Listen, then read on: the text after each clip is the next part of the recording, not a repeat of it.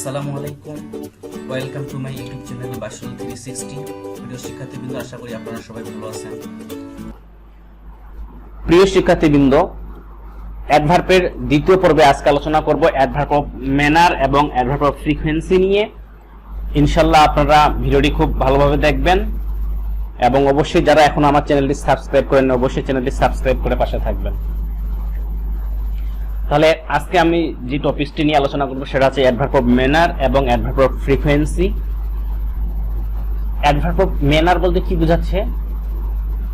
আগে যদি আমরা এর মিনিংটা দেখি যে ম্যানার মানে হচ্ছে আমাদের পদ্ধতি। এখানে একটা জিনিস মনে রাখতে হবে, ম্যানার মানে হচ্ছে পদ্ধতি, আর ম্যানার্স হয়ে গেলে কিন্তু হয়ে যায় তার আচার আচরণ। অবশ্যই জিনিসটা আপনারা মনে রাখবেন।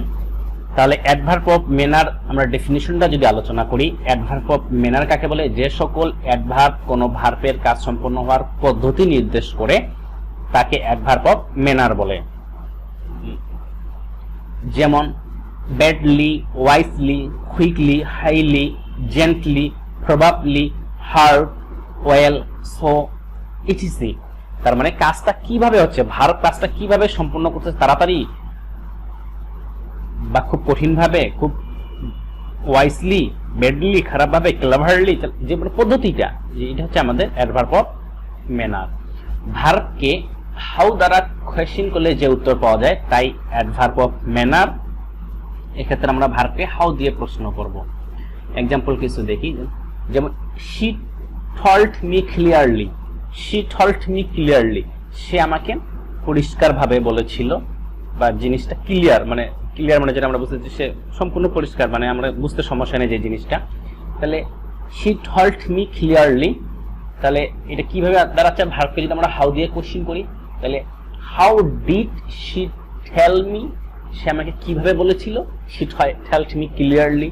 এটা হতে পারে she told me quickly, she told me wisely. তাহলে এগুলো হয়ে যাবে কি আমাদের অ্যাডভার্ব অফ ম্যানার, যেটা আমরা হাউ দিয়ে প্রশ্ন করে উত্তর পাবো।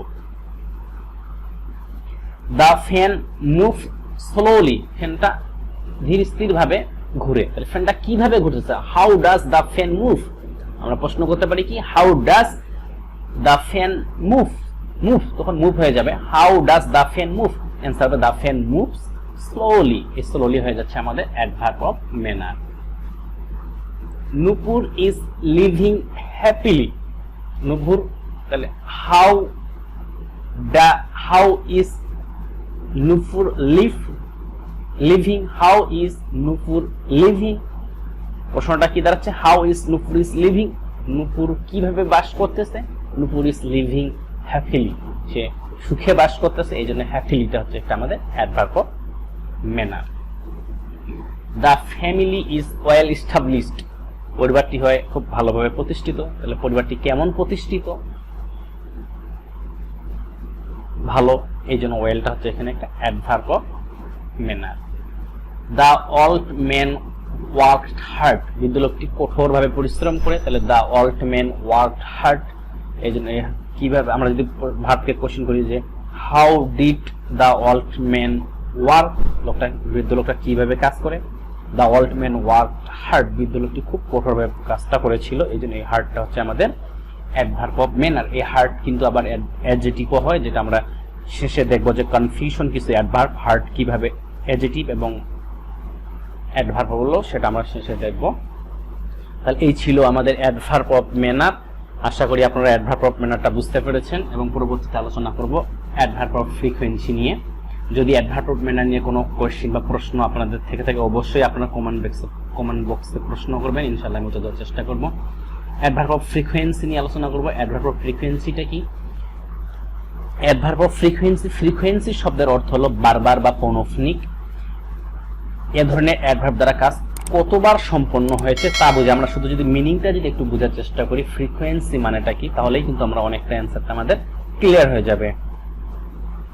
যেমন once, twice, seldom, often, again, rarely, hardly, sometimes, ETC. ভার্বকে হাউ অফেন দ্বারা কোশ্চেন করলে যে উত্তর পাওয়া যায় তাই অ্যাডভার্ব অফ ফ্রিকোয়েন্সি। যেমন I have seen him twice. I have seen him twice. প্রশ্নটা কিভাবে করবেন ভার্বকে, যে তুমি তাকে কতবার দেখেছো। How how often have you seen him, how often have you seen him, তুমি তাকে কতবার দেখেছো। I have seen him twice, আমি তাকে 2 বার দেখেছি। তাহলে এই টুয়াইসটা হচ্ছে adverb of frequency. Zaman comes here often, Zaman comes here often, Zaman এখানে মাঝে মাঝে আসে, তাহলে কি হবে how often does Zaman come here, Zaman এখানে কতবার আসে, অফেন মাঝে মাঝে, এই অফেনটা হচ্ছে অ্যাডভার্ব অফ ফ্রিকোয়েন্সি।